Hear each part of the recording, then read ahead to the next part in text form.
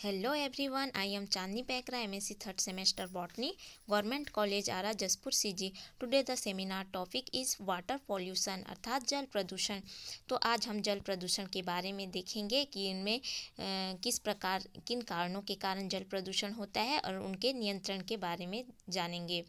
तो चलिए इसमें इसका इंट्रोडक्शन देख लेते हैं। परिभाषा के रूप में कहा जाए तो जल की भौतिक, रासायनिक एवं जैविक गुणों में परिवर्तन जो कि मनुष्य एवं जल जीवन पर हानिकारक प्रभाव डालता है, जल प्रदूषण कहते हैं। अर्थात कहा जाए तो वर्तमान समय में जनसंख्याओं में तेजी से वृद्धि हो रही है और उद्योगों, कारखानों के कारण से नदी, झीलों, तालाबों के जल में धीरे धीरे ऐसे पदार्थ मिल जा रहे हैं जो कि हमारे स्वास्थ्य के लिए हानिकारक होता है। और प्रदूषण जल से अनेक प्रकार की बीमारियां भी होती है। जल में जब अनेक प्रकार के खनिज, लवण, कार्बनिक एवं अकार्बनिक पदार्थों के मिल जाने से ही जल प्रदूषण होता है। तो ये हो गया उसका इंट्रोडक्शन। उसके बाद हम जल प्रदूषण के रूप देखते हैं। तो इसमें फिजिकल पॉल्यूशन, केमिकल पॉल्यूशन और बायोलॉजिकल पॉल्यूशन होता है। तो इसमें पहला देख लेते हैं फिजिकल पॉल्यूशन, जैसे कि रंग, गंध, घनत्व, स्वाद, लक्षणों में परिवर्तन होना ही फिजिकल पॉल्यूशन कहलाता है। और केमिकल पॉल्यूशन, इसमें कार्बनिक एवं अकार्बनिक पदार्थों के मिल जाने के कारण ही केमिकल पॉल्यूशन होता है। और बायोलॉजिकल पॉल्यूशन, जैसे मनुष्य एवं पालतू एवं जंगली जानवरों के द्वारा उत्सर्जित पदार्थ होते हैं, जिसके कारण अतिरिक्त जैविक प्रदूषण के कारण भी बायोलॉजिकल पॉल्यूशन होता है। तो ये हो गया जल प्रदूषण के रूप। उसके बाद हम जल प्रदूषण के प्रकार देखते हैं। इसमें है पहला ground water pollution. Ground water pollution अर्थात भूमिगत जलीय प्रदूषण। इसमें प्रदूषण औद्योगिक एवं घरेलू एवं कृषि अपशिष्ट पदार्थों को जब भूमिगत जल में प्रतिदिन मिल जा रही है, जिसके कारण प्राणियों और पौधों एवं मिट्टियों पर क्षति पहुंचती है, इसे ही हम ग्राउंड वाटर पॉल्यूशन कहते हैं। उसके बाद सेकंड है सरफेस वाटर पॉल्यूशन अर्थात सतही जल प्रदूषण। इसमें औद्योगिक क्रांति के कारण उद्योगों, कारखानों की वृद्धि से अत्यधिक रूप से सतही जल नदियों, झीलों, तालाबों और समुद्र जल को प्रदूषित कर रहा है। तो इस कारण सरफेस वाटर पॉल्यूशन होता है। अगला तीसरा नंबर है लेक वाटर पॉल्यूशन अर्थात झील जलीय प्रदूषण। झील जलीय प्रदूषण भारत में तटीय झीलों एवं ज्वालामुखी लगभग 2.6 मिलियन हेक्टेयर पर जल क्षेत्र पाया जाता है, जिससे तीव्र गति से शहरीकरण एवं औद्योगिकरण के कारण यहाँ झील जलीय प्रदूषण हो रही है। और अगला है river water pollution. River water pollution अर्थात नदी जल प्रदूषण।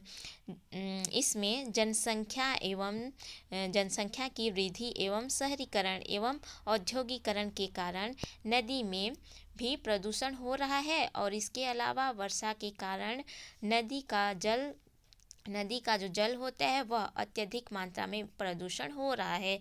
तो रिवर वाटर पॉल्यूशन कहलाता है। उसके बाद हम अगला देखते हैं जल प्रदूषण के कारण। इसमें पहला है घरेलू बहिस्राव। घरेलू बहिस्राव मतलब घर से निकलने वाला कचरा अर्थात घर से जो कूड़ा करकट निकलता है एवं जब आजकल तो हम घरों को या फिर मकानों को साफ़ करने के लिए, रसोई घरों को साफ़ करने के लिए, मतलब रसोई घरों के जो बर्तन होते हैं उन्हें साफ़ करने के लिए और नहाने धोने के लिए रासायनिक अपमार्जकों का तेज़ी से उपयोग कर रहे हैं, जैसे कि साबुन, सर्फ, फिनॉल इत्यादि। ये पदार्थ नदियों, तालाबों में जाकर जल को भी प्रदूषण कर रहा है। तो घरेलू प्रदूषण भी होता है। उसके बाद अगला है वाहित मल। वाहित मल जैसे नगरों मकानों से निकला मल मूत्र एवं कूड़ा करकट को भूमिगत नलियों के द्वारा नदियों, तालाबों एवं झीलों आदि में गिराया जाता है, जिसके कारण जल प्रदूषण हो रहा है। और अगला है कृषि बहिस्राव। कृषि बहिस्राव में जब हम खेती करते हैं तो उसमें रासायनिक पदार्थों का उपयोग करते हैं, जो कि वर्षा होती है तब वह इधर उधर से बहकर नदी तालाबों में जाती है और जल को प्रदूषित कर देती है। तो केमिकल के द्वारा भी जल प्रदूषण होता है। फिर अगला है औद्योगिक बहिस्राव। औद्योगिक बहिस्राव मतलब उद्योगों से जो गंदा पानी निकलता है, अर्थात वेस्ट मटेरियल निकलता है, इससे भी जल प्रदूषण होता है। उसके बाद तेल प्रदूषण। तेल प्रदूषण, अगर तेल फैलने से, अर्थात कभी कभी फैक्ट्रियों से, बड़ी बड़ी जो फैक्ट्रियाँ होती हैं उनमें से भी तेल निकलता है और यह नदी तालाबों में चला जाता है, जिसके कारण जल प्रदूषण होता है। उसके बाद अगला है तापीय प्रदूषण। तापीय प्रदूषण अर्थात वायुमंडल में ताप अधिक हो जाता है तो अम्लीय वर्षा होने की संभावना बनी रहती है, तो इससे भी जल प्रदूषण होता है। फिर अगला है रेडियोधर्मी प्रदूषण। रेडियोधर्मी प्रदूषण, जैसे कि रेडियोधर्मी जहाँ बिजली घर बनाती है वहाँ से भी कचरा निकलता है, तो वह भी जल में मिलकर जल को प्रदूषण कर देता है। ठीक, तो ये हो गया उनके जल प्रदूषण के कारण। उसके बाद हम अगला देखते हैं जल प्रदूषण के प्रभाव। इसमें है पहला मानव स्वास्थ्य पर प्रभाव। मानव स्वास्थ्य पर किस प्रकार से प्रभाव पड़ता है, तो जैसे कि हम निरंतर जल का सेवन करते हैं तो शरीर में नियंत्रण क्रिया पर बहुत बुरा प्रभाव पड़ता है। जैसे कि हमें पीलिया, टाइफाइड, पेचिस, डायरिया, क्षय रोग जैसे रोग हो जाते हैं। किसके कारण? जल का सेवन करने के कारण हमारे शरीर में अनेक प्रकार के बीमारियां हो जाती है। ठीक, उसके बाद फिर अगला है जलीय जीवों पर प्रभाव। जलीय जीवों पर प्रभाव किस प्रकार से पड़ता है?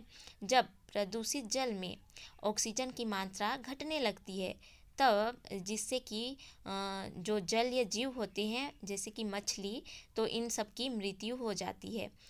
जलीय जीव पर इस प्रकार से जल प्रदूषण होने से मृत्यु हो जाती है जीवों की। फिर अगला है फसलों पर प्रभाव। फसलों पर, जैसे कि हम फसलों पर प्रदूषित जल का अगर सिंचाई करेंगे तो फसल खराब हो जाएगी, तो इस प्रकार से फसलों पर भी जल प्रदूषण, पानी का सिंचाई करने से फसल भी खराब हो जाती हैं। ठीक, उसके बाद फिर हम अगला देखते हैं जल प्रदूषण के नियंत्रण। किस प्रकार से जल प्रदूषण को नियंत्रण किया जा सकता है। तो पहला, जल प्रदूषण को रोकने के लिए कारखानों से निकलने जल को दोष रहित बनाकर नदी तालाबों में डालकर उन्हें फिल्टर करें, ताकि उनसे जो विषैले पदार्थ हों वह हट जाए। ठीक, उसके बाद दूसरा नंबर है कूड़े करकट को नदियों तालाबों में ना फेंककर रासायनिक विधियों द्वारा उपयोगी बना सकें, अर्थात कूड़ा करकट को रिसाइकल करके किसी भी प्रकार से उसे उपयोगी में लाया जा सके। फिर अगला तीसरा नंबर है प्रदूषण अधिनियम। भारत सरकार ने कानून नियम बनाया है, ठीक, तो उसका पालन नहीं किया जा रहा है, तो हमें उसका पालन करने के लिए सरकार को अधिनियम को चालू करना चाहिए और सख्ती से इसका पालन करने के लिए कहना चाहिए, जिससे कि प्रदूषण नियंत्रण हो सके और पर्यावरण शिक्षा लागू भी किया जाना चाहिए। साथ ही समय समय पर लोगों को जागरूक अभियान द्वारा जागरूक भी कराना चाहिए। उसके बाद चौथा नंबर है परमाणु विस्फोट पर प्रतिबंध लगाना चाहिए। अर्थात जब हम परमाणु परीक्षण करते हैं, समुद्र में हम परमाणु परीक्षण करते हैं, तब जल प्रदूषण होता है। तो इस प्रकार से समुद्र के पानी में प्रभाव डालता है। किसके कारण? ये परमाणु विस्फोट के कारण। तो इसमें हमें समुद्र के जल में प्रभाव पड़ता है, तो इसमें भी प्रतिबंध लगाना चाहिए। फिर अगला 5वां नंबर है जलीय पौधे। जलीय पौधों को उगाना एवं नदियों तालाबों में शैवाल जैसे पौधे उगानी चाहिए, जिससे कि जल प्रदूषण को कम कर सकें।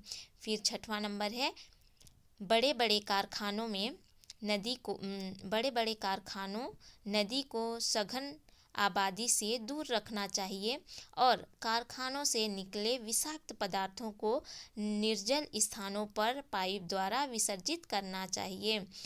नदियों कारखानों से निकले जो गर्म पानी होते हैं, पानी को मिलने से भी रोकना चाहिए, जल में मिलने से भी रोकना चाहिए। उसके बाद फिर सातवां है, शहर के गंदे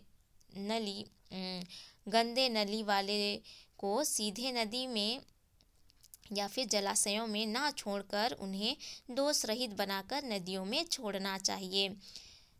तो इस प्रकार से जल प्रदूषण किस कारण होता है, उसको किस प्रकार से नियंत्रण किया जा सकता है, उसके बारे में जाने। तो इस प्रकार से मेरा सेमिनार टॉपिक यहीं तक समाप्त होता है।